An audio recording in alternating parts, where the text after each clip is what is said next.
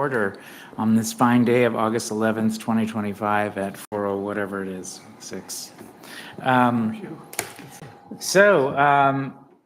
Jennifer did a wonderful job of capturing the nuance, the flavor, the spice of our last meeting with this great format. Did anybody have any changes to the minutes or revisions that we need to make? And if not, do we have a motion to officially accept these wonderful minutes? Second, all in favor? Okay, great. Thank you. Yeah, those were really nice minutes. I really loved how you captured the all the elements of the demolition. I thought that was great. As we all know, we are still waiting for the select board to do their official membership vote for, renewal of terms. And also there's a chance, I don't know if Ken's any change of heart, but there's a chance Ken may not be our liaison going forward, but we'll find out soon enough. And we also had our second historic preservation ordinance workshop, which was worse attended than our first one. I thought there would be more people at the second one, and it was a bit more contentious. So that was interesting. But from that, I've made a small mailing list that we can then start updating as other people want to join it or as the conversation snowballs. So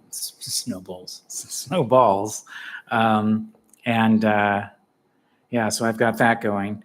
I really don't have too much more to report from my perspective. We'll get to the preservation ordinance later, but with the select board liaison, Ken, do you have anything to report to us? No, nothing. Did you announce at the last select board that we had the workshops? Yep. And then you have your recommendation that we present to the select board kind of an overview or goals of the historic preservation ordinance to the select board. Did you suggest that we do that sooner than later? No, I said that you'd be working towards the June vote. So I guess I could, if you would like me to report that at the next one, which is a week from tomorrow, I could do that. That'd be great. So And you want to just a short little report on where we are in our process and what our goals are, what we're going to be doing. Just so it doesn't come as a surprise when we kind of start actually presenting text. Something very informal. And so speaking to the historic preservation ordinance, I really kind of want to hear everyone's thoughts, if they have any, about how the workshops went and what people think our next step should be. I've really just kind of put it aside for a bit, and I'm just starting to think about it again. I know steps I'm going to take is I want to review the 2011 historic preservation ordinance that was drafted. Again, I want to look at that and really look at the differences and review the Castine document again, or just kind of review everything again and see how we continue to both simplify the ordinance, but also kind of meet the objections that we've heard. And one of the things I found myself thinking was, I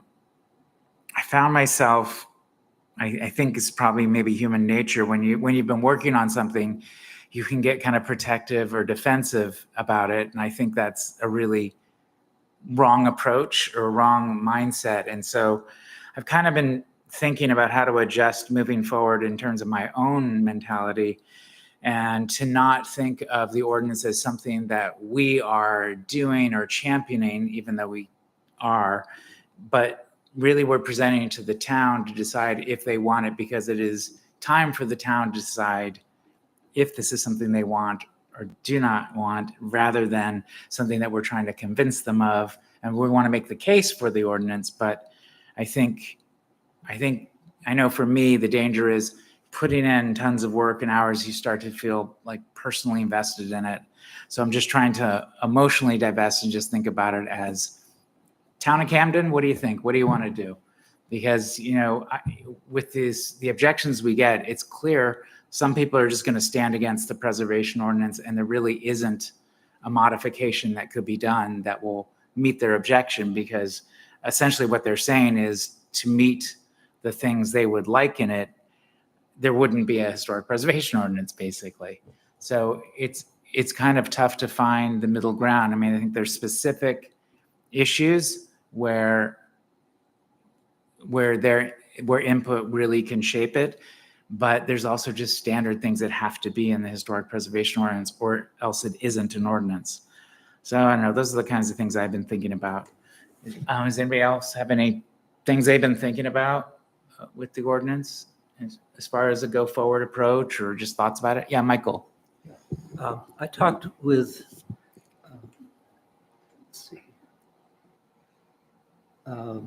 Mike, I can't think of his last name, from the State Historic Preservation Office. Yeah. The other day. Mm-hmm. And he indicated that they were starting to look now at CLG and CLG grants. And I had assumed that, or not assumed, but they had said they're kind of on hold, but it looks like they may be opening up again. Yeah.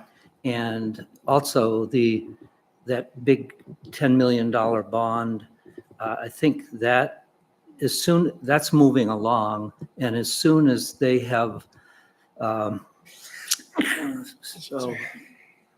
sufficient help, I think they've gone back to the legislature to provide some funds to administer the program. So those $10 million isn't going anywhere. I mean, it's protected, it's not federal money. Mm-hmm. So it looks like that's starting to move along as well. So both of those would be real positive for Yeah. Curtis Island and any development we do.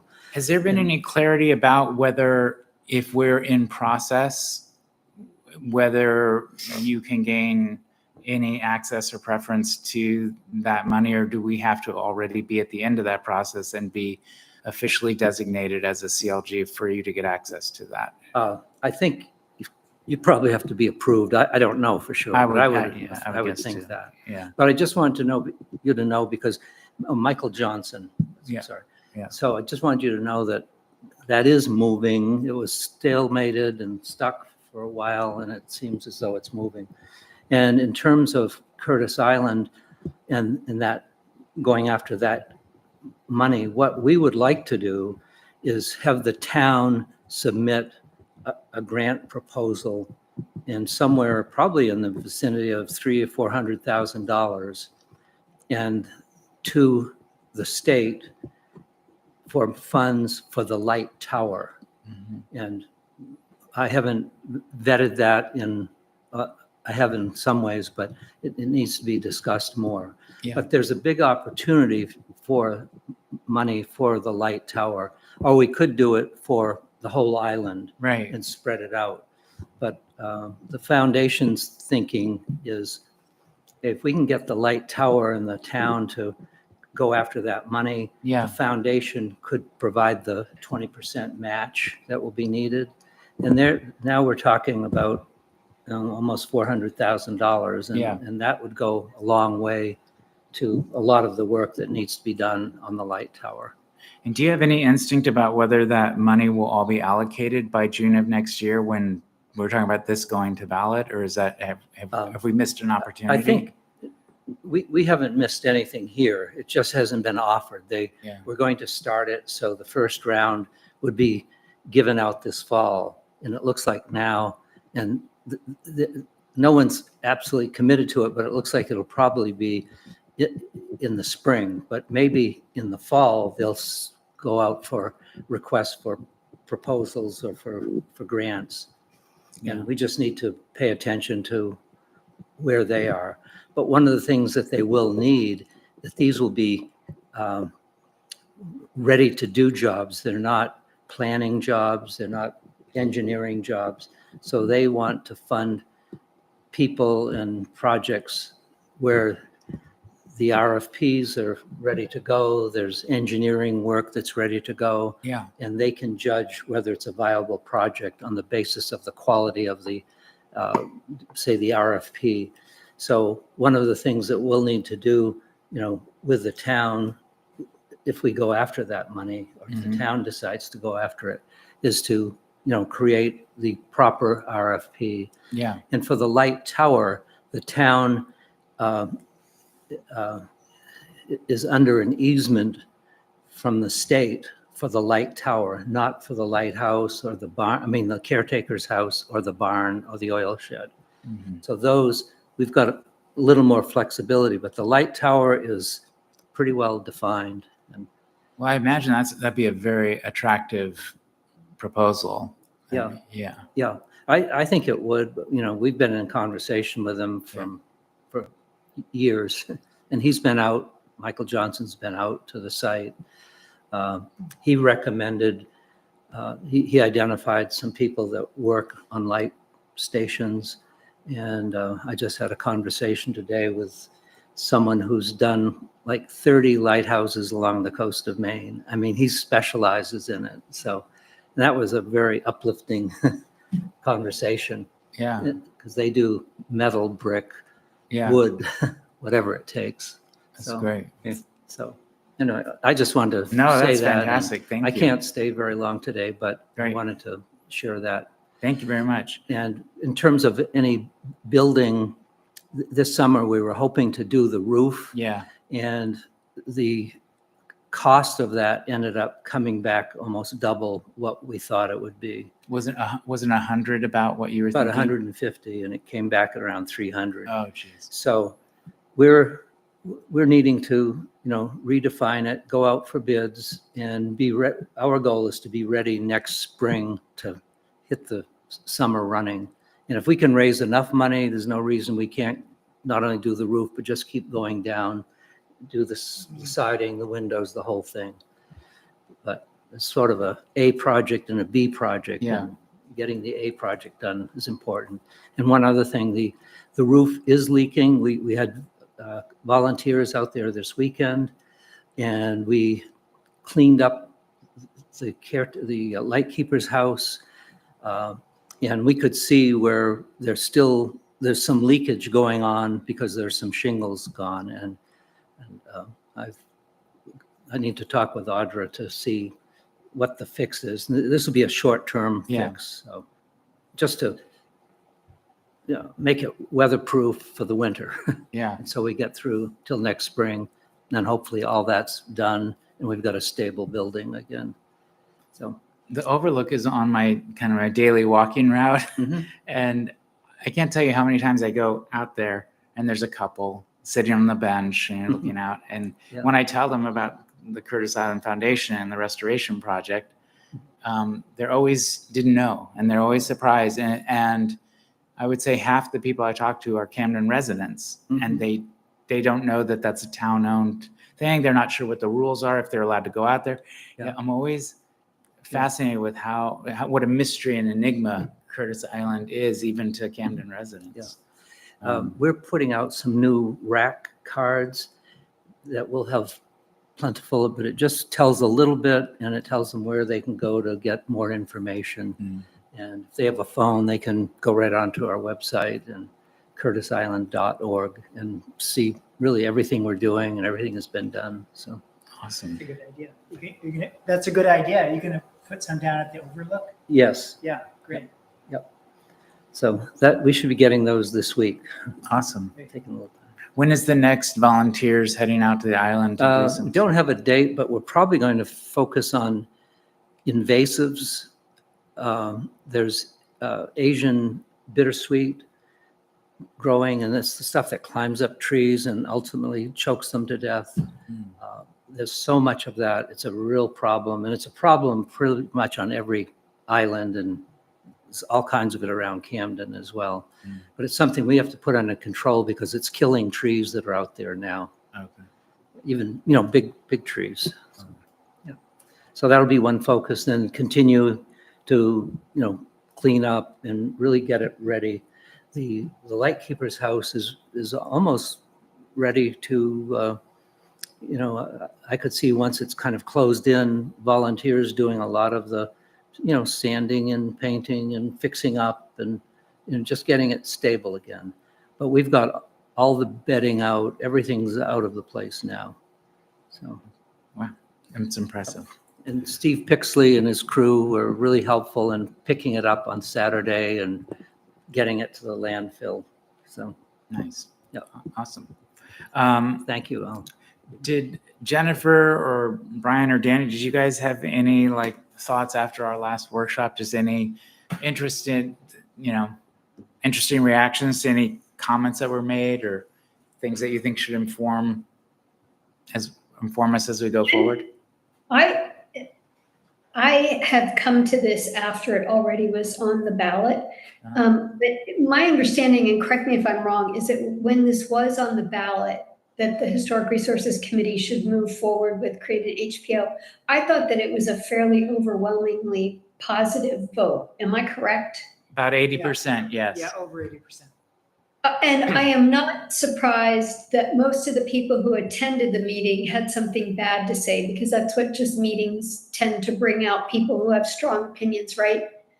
But I guess I would like to get a better sense from the people in Camden who voted for this, and I don't know how we do this, of what they think a historic preservation ordinance is and what they think it will do. Because I'm kind of getting the feeling that it sounded like a good thing, because the words historic and preservation together in a sentence sound really great, but that nobody actually really knows what that means. Mhm. And I don't mind doing the work. I like to do work. That's why I'm on the committee. But it seems like I don't want us to go down some whole like detailed planning process if it turns out that what people in Camden want is something that's maybe advisory and doesn't have like fines or hearings involved. I just, and I don't know how we get a better sense from people.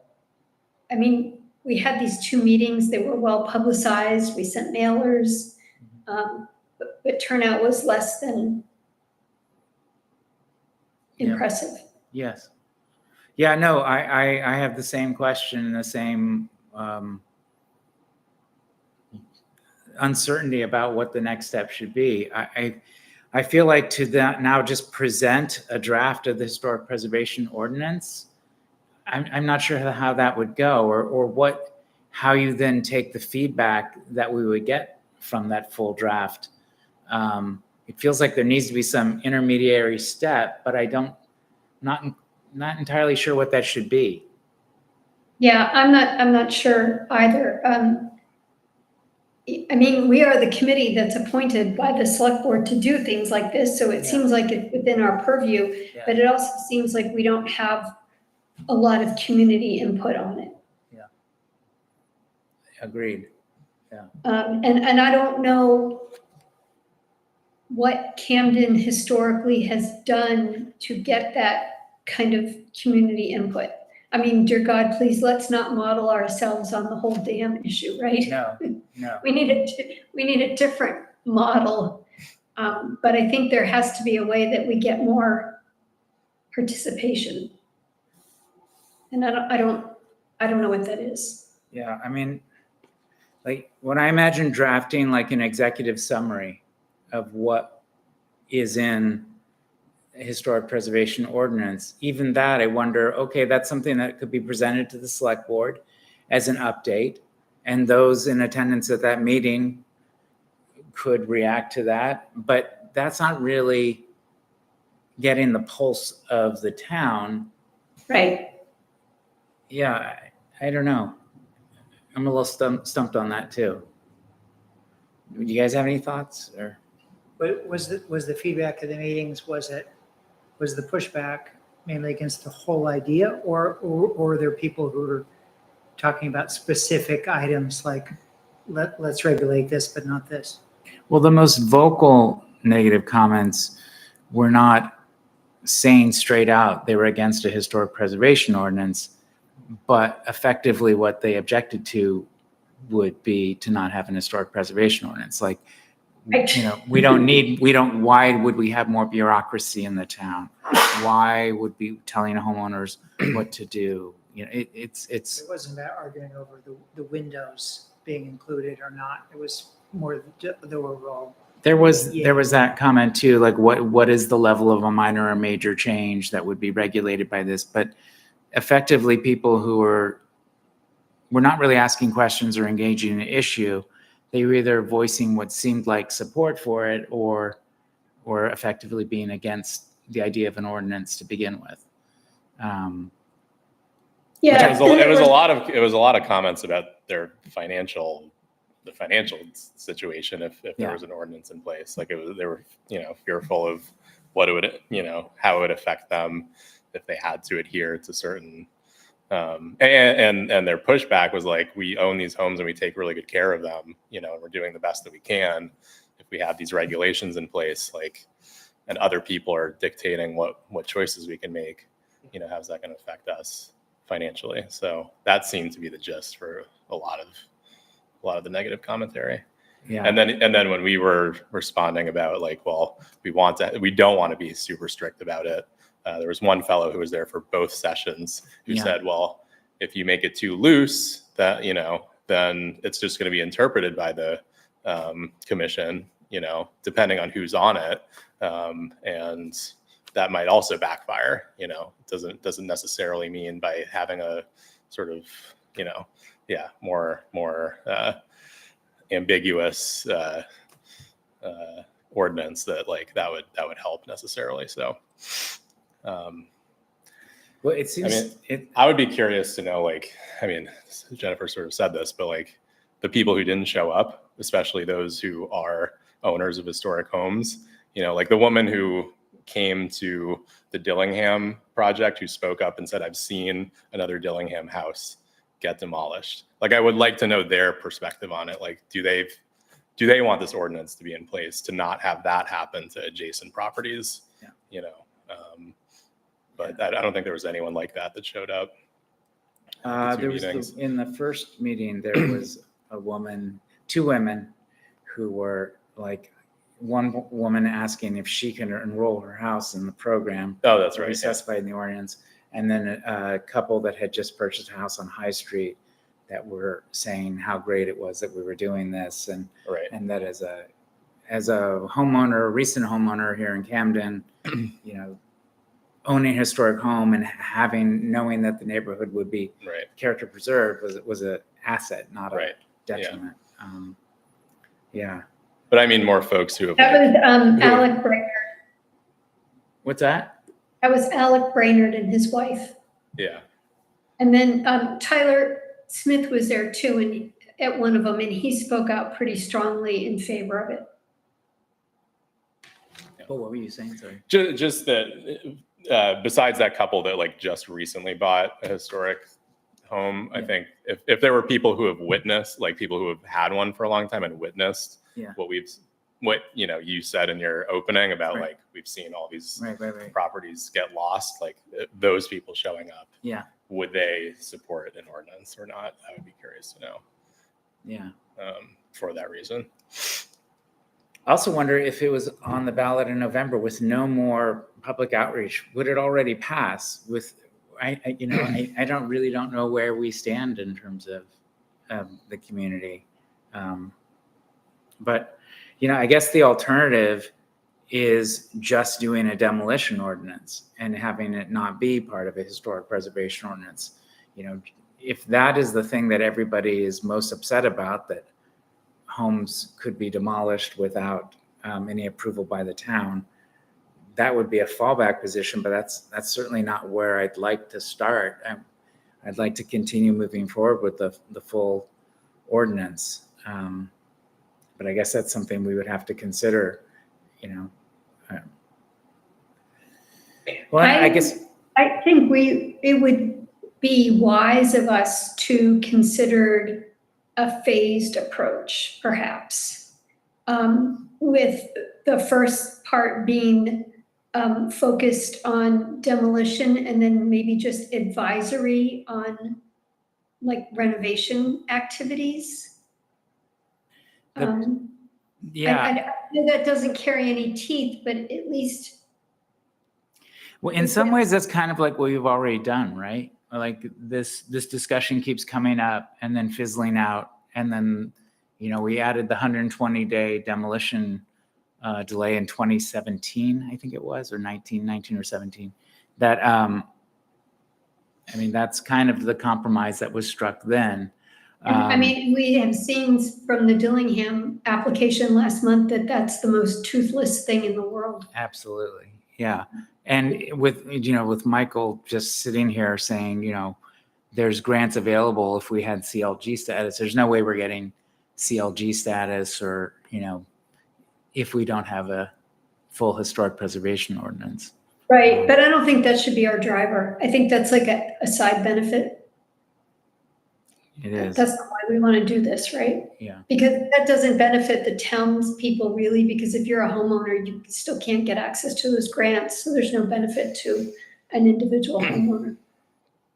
Except for the benefit of things like Curtis Island being Right. restored. But yeah. Benefit the whole Yeah. community, right? Yeah. Well, I if everyone can just kind of think about, ruminate on what maybe a nice way to get those opinions to us. we Maybe should- here's something to maybe put in our pipes and think about. So there's 3 main historic districts, right? There's High Street, there's Chestnut Street, and then there's the Great Fire District, which is mostly commercial, right? what- Yes. Mhm. Right? What if we tried to do, we would have to get a commercial person to do this, but what if we got somebody in each of the districts to have something at their house and like literally invite their neighbors that live in the district? Right? Like I would be willing to host something and invite High Street. Mhm. Right? And we could all be there and it could be like a 10-minute presentation and just like wine and cheese and just all of us on the committee be there. And the point is to get people's opinions, but it would be really informal. They'd be in a safe environment with all their friends, so they wouldn't feel like they were put on the spot. They could say whatever they wanted. Uh-huh. We could have a notebook for, people to write comments down in if they don't want to talk to one of us. I don't know. I'm just trying to think of ways that we could get people to open up, because I think that's mostly what we need is we need to hear from people. What about, that's not a bad idea. How do you think door-to-door polling would go? If we just walked the historic districts and just knocked on doors and talked to people as we went? How would you feel if I showed up at your house? It's expensive. Well, good luck trying to catch me at home. Yeah, yeah. All right, well, let's think about that. That is officially in my pipe. Yeah. Okay. Well, moving on to deconstruction, do you have anything to report or to tell us about? Yes, I shared this with Brian already, so I guess it's on our social media. But we are hosting a radical reuse festival and artisan fair at our facility in Union on Saturday, August 23rd, from 10 to 3. I hope you all can make it. Please help spread the word. We've been working really hard for this. This is also representing the culmination of the paid summer internship that I ran with a whole host of young people in our community, including Chris's son. And they've been, so this is sort of the pilot internship that I hope to run every summer, kind of an introduction to circular construction practices. So all of these young people worked with me on the Chestnut Street project, another deconstruction project on Mountain Street. And then we've been working with the materials to make items that will be on display and for sale at this event. We also are kind of unpacking a little bit of the history about the Chestnut Street house. There's going to be a feature exhibition about that.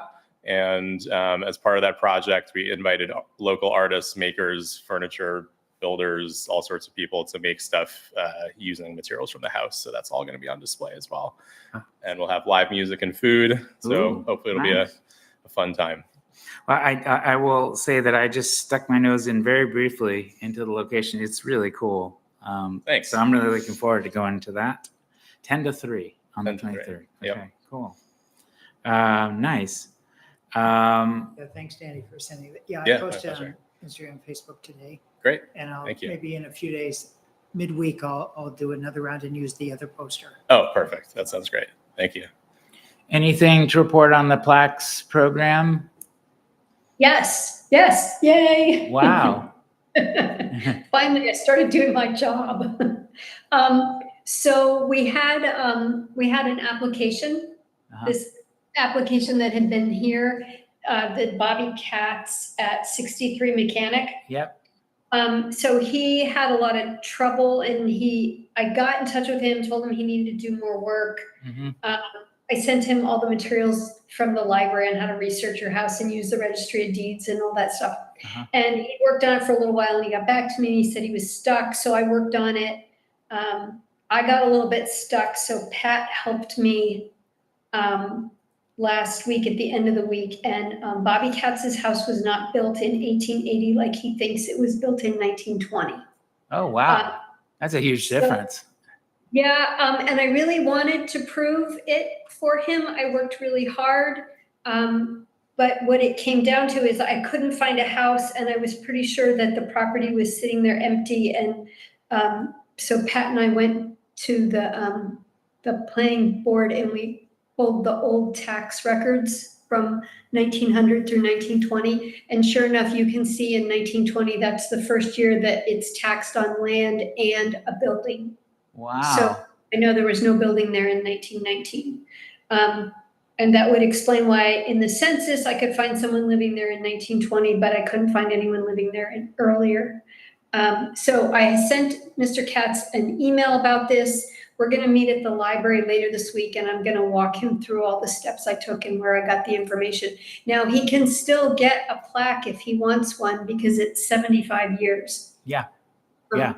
So that brings me to our next point, which is we need a new plaque provider because the gentleman who had been doing them is not going to be making them anymore. Mhm. So, and Pat Scaling has recommended that we redo the whole plaque program. Okay. Right now, you can get 3 different plaques, right? You can get a basic plaque that just has the year on it. Mhm. Then you can get a fancier plaque that says Camden Historic something. Mhm. And it's a little bit bigger and it has a date on it. Yep. And then you can get one that says you're in one of the historic districts, right? And so I plaque thought number- I thought the third one was if you're on the National Registry, which would be effectively in the historic district. if you're in one of the historic yeah, districts. yeah, yeah. So if you're in one of the historic districts, you really don't have to do as much research because all that research has already been done on your house. Yeah. But Pat thinks we should get rid of that basic one. I that's agree. just circle with the date, because that's what Mr. Katz had said to me when the research was proving too onerous. He said, well, let's forget the Camden historic marker. I'll just do the basic one. And that's when I said to him, well, we can do the basic one, but we still have to prove that your house was built in 1880. Right. And it turned out not to be. So, so I have to find a new plaque provider. And I guess I'm going to need input from the rest of the committee. I have a lot of information. I don't have it right here in front of me, but the person who had been making them is someone very local. And Yeah. I think he was doing sand casting and like creating a mold for each, which is really wonderful handiwork and craftsmanship. Yeah. But there's 2 reasons we're getting rid of him. One, because he's retiring, but 2, Pat was going to go use somebody else anyway, because it was getting like really expensive. Yeah. It's up to like around $175 a plaque, which is Yeah. not insignificant. Yeah. So I didn't know what the committee's feelings were on trying to go and find another artisan that will do it this way, or are we more interested in getting something that will look the same from 20 feet away, but is perhaps less finely crafted, but more economical? Yeah. I mean, Try to say this in a nice way. my feeling is the plaques were really expensive. And so if we can reduce the cost by going to a national source, I'd be all for it. But if there was a local artisan who wanted to do this, I'd want to support a local artist. But if that proves a difficult task, I see no reason not to outsource to somewhere else. What do other people think? Yeah, I would agree. Yeah. What's the name of the current, so we don't end up, if we do look for a new person, I don't end up, I don't have his name in front of me. Can I Okay. email you with that? It's in a, Remsen. Remsen, okay. yes, Peter maybe? No, I can't. There is a Michael Remsen, but there's a Kit Remsen, and I don't know which. No, I don't think it's Michael. Okay. Do you have any metal workers in your circles or no? Not that would do that kind of work. No. What about that metal shop that up, it's over by Fresh Off the Farm? Do they do stuff like that or? Not sure. Hmm, hmm. I mean, Oh, you mean whoever does- Rockport Yeah. steel? Yes. I don't think they do that kind of stuff, Oh, okay. like casting. Oh, okay. No. Whoever does the local tombstones, right? It's the same kind of work, isn't it? Hmm. Plaques and tombstones. I know someone up in Islesford who does that. Hmm. Well, it sounds like you have some leads or thoughts about this, Jennifer. Yeah, I have found one. One is local in Maine that I was going to reach out to. And then before I knew there was a plaque program, we have a plaque on our house and I know who I ordered that from. So at least it's given me a couple people that I can reach out to. And I need to get the exact specifications from Pat so I can send them. You could also maybe reach out to like Portland Historic Society or something like that. You just another town who may have a local artisan they use or a local at least a Maine-based business. Pat had sent me something from the people that Belfast used, so I have them as well. Oh, what about the Maine Historic Society? They may have. I'll reach out to them too. Yeah. Okay. That's great. That's great progress. Thank you. Oh, and so, but I have one more thing quick and then I have to jump off too. You said you had another application that had just come in? Yes. Yes. I've got to get that to you. Yes. Yeah, I need to get my hands on that somehow. Is there like a place we can have I a can just- secret drop off where I I- make it? I'll just drop it off at your location. If you want to just text me an address, I'll drop it in your box. Okay, great. That'd be great. Richard Remsen is the Remsen in West Ah. Rockport.